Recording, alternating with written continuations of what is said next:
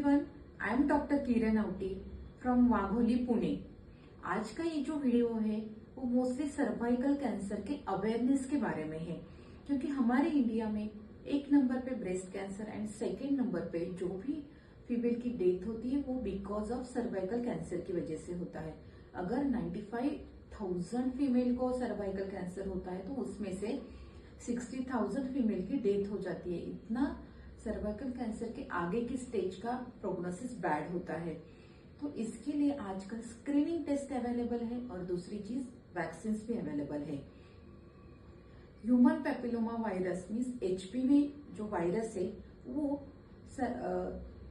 जो बच्चेदानी का मुख जिसको सर्विक्स बोला जाता है वहां पे अटैक करके वहां बहुत जल्दी से तेज से फैलता है और फिर वो वजाइना या फिर जो भी टॉयलेट की जगह रेक्टम वहां पे फैल के फिर आगे की स्टेज पे पहुंच जाता है।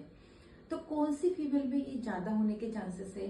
तो जिनकी मल्टीपल प्रेगनेंसीज है, मल्टीपल सेक्स पार्टनर्स है, जल्दी उनकी शादी हो गई है, उस फीमेल में होने के चांसेस ज्यादा है, बट नॉट नेसेसरी कि वो है, ये रिसर्च बताता है।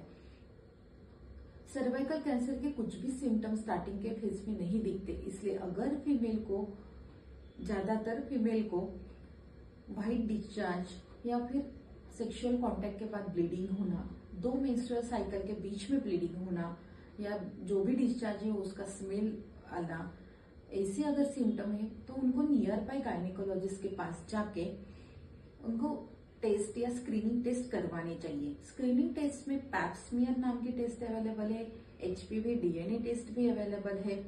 ये स्पैचुला से सर्वाइकल की जगह का सैंपल लेके वो लैब में भेज के वो हमें स्क्रीनिंग हम उससे करवा सकते हैं। वो कुछ कंफर्मेटरी टेस्ट नहीं है, बट अगर वहां पे कुछ अलग सेल्स ग्रो हो रहे हैं तो उसका हमें एक अलार्मिंग साइन मिल जाता है, फिर आगे जाके हम डायग्नोसिस एंड उसकी ट्रीटमेंट कर सकते हैं।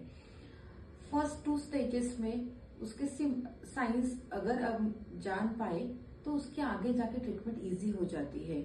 अगर वो रेक्टम या अदर जगह पे फैल चुका है तो उसमें प्रोग्नोसिस बैड है। ये जो वैक्सीन अवेलेबल है वो 9 to 14 एज की बच्चियों में 2 डोसेस में दिया जाता है और 14 के आगे 45, कई जगह 60 एज तक भी रिकमेंडेड किया जाता है, उसके 3 डोसेस देने पड़ते हैं।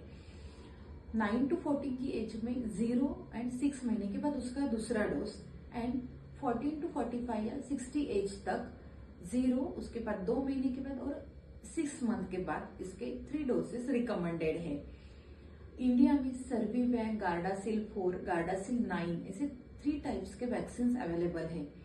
जो सर्विवैक है वो 2 स्ट्रेन से प्रोटेक्शन देता है एचपीवी वायरस के। जो गार्डासिल 4 है वो 4 स्ट्रेन से प्रोटेक्शन देता है, जो करीब 4,000 तक आता है। और तीसरा जो है गार्डासिल 9, वो 9 स्ट्रेन से प्रोटेक्शन देता है, वो अराउंड 10,000 to 11,000 तक जाता है।